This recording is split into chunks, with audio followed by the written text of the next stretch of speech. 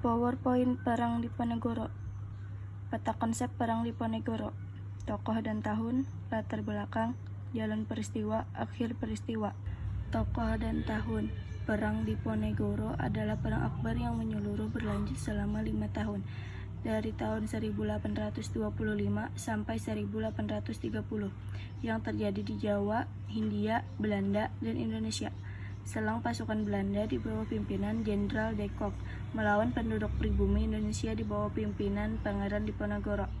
Tokoh utama Perang Diponegoro. 1. Raden Ageng yang merupakan ibu tiri dari Pangeran Diponegoro yang lebih pro terhadap Belanda. 2. Patih Danurejo, patih yang bekerja sama dan pro terhadap Belanda. 3. Kiai Maja, pemimpin spiritual pemberontakan yang membantu Pangeran Diponegoro. 4. Pangeran Mangkubumi yang sejak awal mendukung pemberontakan Pangeran Diponegoro di Tegalrejo. 5. ISKS Pakubuwono. 6. Membantu dan mendukung Pangeran Diponegoro. 6. Raden Tumenggung Sentot Alibasyah Prawirodoyo Bupati Gagatan yang merupakan panglima utama dalam peperangan dan memberi dukungan kepada Pangeran Diponegoro, yang pada akhirnya menyerahkan diri kepada Belanda setelah Kiai Mojo dan Pangeran Mangkubumi ditangkap. Latar belakang. Ada dua hal yang membuat dominasi Belanda ditentang oleh Pangeran Diponegoro. Alasan secara umum yang membuat ia menentang dominasi Belanda adalah Belanda yang ikut campur tangan terhadap kebudayaan keraton dan membuat kebudayaan baru yang bercampur dengan kebudayaan barat, sedangkan kebudayaan tersebut tidak sesuai dengan adat di timur. Ada juga alasan khusus Perang Diponegoro terjadi karena di tahun terjadinya perang tersebut, Simiser dan Patih Danurejo memasang anjir yang berupa patok karena mereka berniat untuk membuat jalan baru. Pemasang anjir tersebut memasuki wilayah milik Pangeran Diponegoro dan dilakukan tanpa seizinnya. Latar peristiwa. Pertempuran buka dengan pengaruhan pasukan-pasukan infanteri, kavaleri, dan artileri yang sejak perang Napoleon terjadi senjata andalan dalam pertempuran frontal di kedua belah pihak berlangsung dengan sengit. Pertempuran terjadi di puluhan kota dan desa di seluruh Jawa.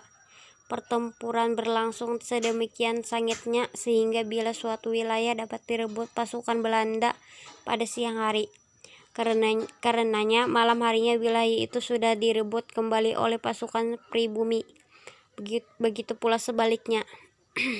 Perang ini bukan adalah sebuah tribal war atau perang suku, tapi suatu perang modern yang menggunakan bermacam siasat yang masa itu belum pernah dipraktekkan. Perang ini juga dilengkapi dengan teknik perang urat syarat PSY war, melewati insinuasi dan tekanan-tekanan serta provokasi oleh pihak Belanda terhadap mereka yang terlibat langsung dalam pertempuran, dan kegiatan telik sandi spionase di mana kedua belah pihak saling memata-matai dan mencari informasi tentang kekuatan dan kelemahan lawannya.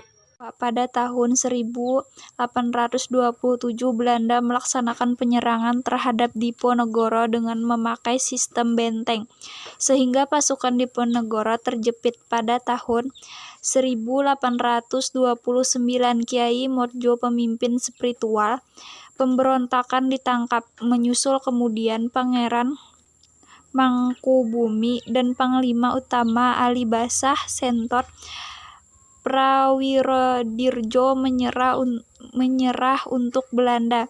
Akibatnya pada tanggal 28 Maret 1830 Jenderal de Kock sukses menjepit pasukan Diponegoro Magelang. Di sana Pangeran Diponegoro mencetuskan mau menyerahkan diri dengan syarat sisa babak laskarnya dilepaskan.